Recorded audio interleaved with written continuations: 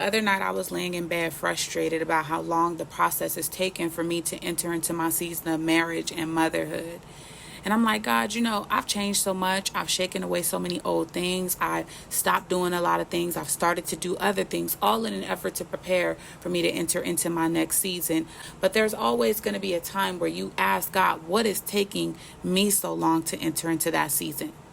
And I found myself angry and bitter in a sense of why is it not happening for me, but I see it happening for other people, right? And the next day, woke up, went to church. This was Sunday, today's Monday. And she talked about the process and she said, you have to forgive yourself.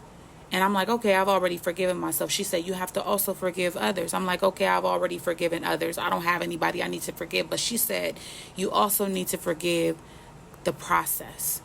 Forgive what it took for you to enter into your land overflowing with milk and honey. Forgive the season that it took for you to go through famine and to go through loneliness and to go through grumbling and complaining. Forgive that part because it sucked. It sucked that you had to go through that. But once you enter into your land overflowing with milk and honey, once you finally get the husband of your dream, the career of your dreams, the children that you've always dreamed of, any of the answered prayers, you will forget how much you had to go through in order to get there.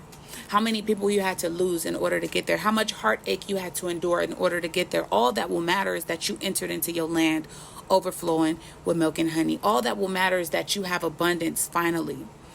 But what she said was, don't get so caught up in your bitterness that you never enter into the land overflowing with milk and honey.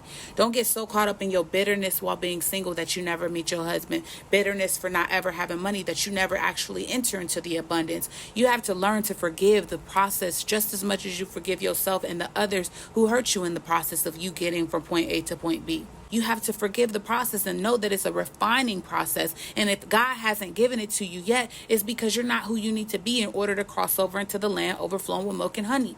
You cannot go into your new season with what you came from. If you think about the Egyptians, and now we talking Bible, they stayed in the wilderness for 40 years when it was only supposed to take them a few days to get there because they were grumbling. They were complaining. They were ungrateful. They wanted to go back to safety. They wanted to go back to familiarity. And this is what took them so long to enter into their land of promises.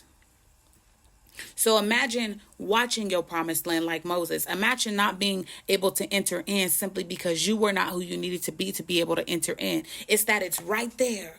You're so close, but you can't touch it because you're not who you need to be yet. You have not become who you needed to become so that you can inherit the land.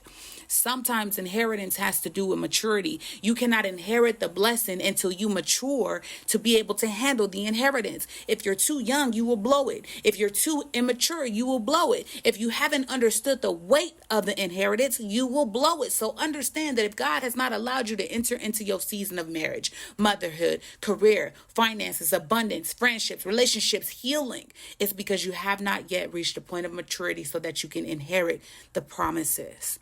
Focus on your process and your maturity.